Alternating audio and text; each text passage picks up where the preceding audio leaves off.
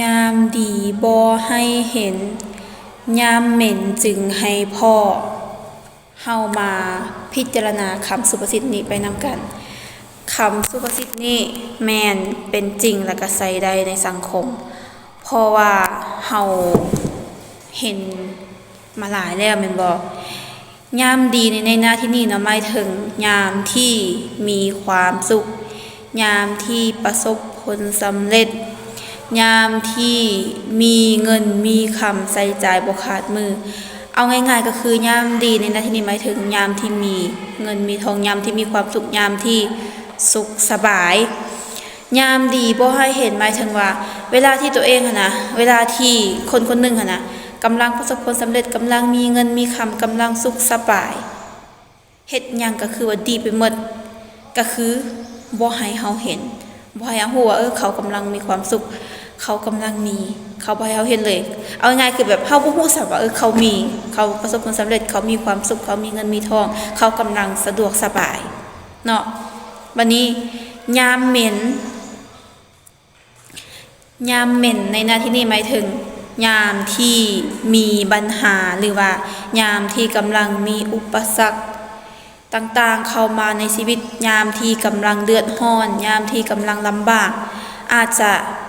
บ่มีเงินใช้บ่มีข้าวกินบ่มีเวียกเฮ็ดบ่มีงานทำหรือจะเป็นยามที่กำลังเจ็บปวดเจ็บป่วย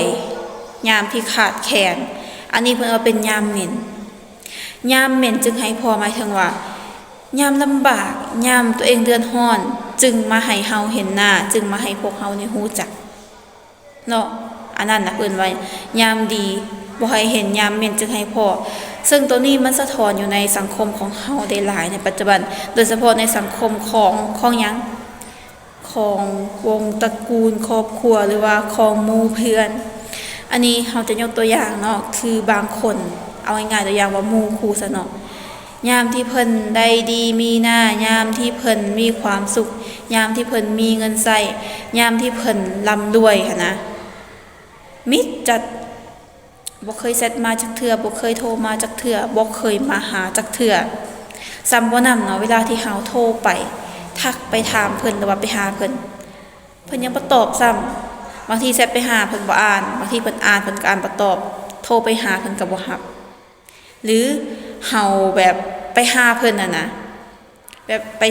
แบบอยู่ๆเขาไปหาเพิ่นอยู่เฮือนสินะบางทีเพิ่นก็แบบบ่อยากเว้านำเฮาซ้ำบ่อยากสนใจเฮาซ้ำบางทีเนาะย่างไปตลาดไปนี่นั่นในที่สาธารณะน่ะเพิ่นเห็นเฮาเพิ่นก็บ่เว้านำก็มีเนาะอันนี้น่ะเพิ่นว่ายามดีบ่ให้เห็นแล้วบัดนี้วันดีคืนดีเนาะเพิ่นพบปัญหาบัดนี้เนาะเพิ่นมีอุปสรรคเข้ามาต้องได้แก้ไขแล้วเพิ่นแก้ไขบ่เป็นเงินก็บ่มีงานก็บ่มีแล้วเพิ่นก็มาโทรหาเด้เพิ่นก็มาโทรหาเฮาเนาะแชทหาโทรหาคือแบบเว้าดีเว้าหยังอะนะแบบที่แท้แม่นเพิ่นต้องการความช่วยเหลือเท่านั้นอันนี้เนาะก็มีตัวอย่างอันนึงเนาะแล้วก็มีแบบมีอ้ายฮักคนนึงซะเนาะอันนี้จะบ่ขอระบุชื่อเนาะจะเป็นตัวอย่างซื่อๆเนาะเพิ่นหันบอกตลอดเลยเพิ่นบ่มีเงินบ่มีเงินใช้หั่นนะเงินหมดก็บ่ได้ว่าหยังเนาะแบบฮักแพงกันซื่อๆหั่นน่ะแต่ว่าเพิ่นก็ย้ำหั่นล่ะว่าบ่มีเงินตอนนั้นหั่นน่ะช่วงนั้นก็เป็นช่วงบุญบ้านแน่เนาะแล้วพอดีเพิ่นก็แบบแบบสิมาลินอยู่เฮือนแท้ก็บ่อยากมาแล้วเพิ่นก็ไปเล่นกับผู้สาวเพิ่นแหละเพิ่นก็ตวาดตลอดแล้วว่าบ่มีเงินหั่นน่ะแล้วมื้อต่อมาเพิ่นก็ทักหาว่าอันลดล่มเนาะลดล่มแบบเขาเจ้าแบบอาจจะกินเบียร์แล้วก็มีเข้ามาตำหั่นน่ะแล้ว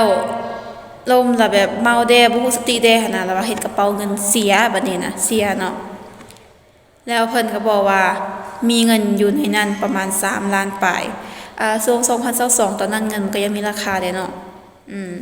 เพิ่นว่า3ล้านปลายแต่ว่าก่อนหน้านั้นยังบ่ทันเกิดอุบัติเหตุหั่นนะเพิ่นว่าบ่มีเงินจักกีบเนาะอันนี้แหละเนาะคือแบบคนเฮาหั่นนะยามมีนี่มันเฮาบ่เห็นซ้ำเฮาเห็นแต่แบบยามที่เขาทุกข์ยามที่เขายากยามมันเสียไปแล้วอันนี้มีหลายคนโดยเฉพาะแบบ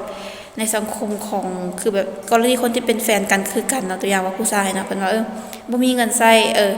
บ่แม่นว่าบ่มีเงินใช้บ่มีเงินให้ซะเนาะบ่มีเงินให้บ่มีเงินที่ว่าจะซื้อแนวจำเป็นแล้ววันดีคืนดีมื้อหนึง2มื้อก็บอกว่าตัวเองแบบลิ้นไผเสียเงินเฮ็ดเงินเสียเท่านี้เท่านั้น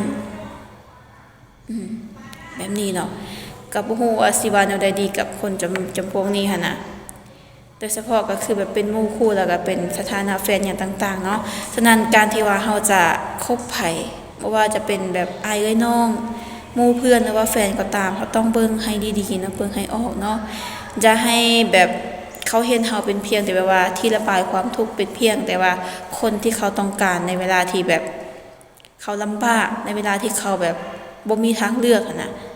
เพราะว่าทุกคนมีทางเลือกเขาต้องแบบเห็นความสำคัญของคนที่ว่ายามเขามีความสุขเขาก็มีเฮาอยู่ในชีวิตยามเขามีความทุกข์เขาก็มีเฮาอยู่ในชีวิตนะบ่แม่นว่าเขาเห็นเฮามีค่าแต่เฉพาะแต่ตอนที่เขาทุกข์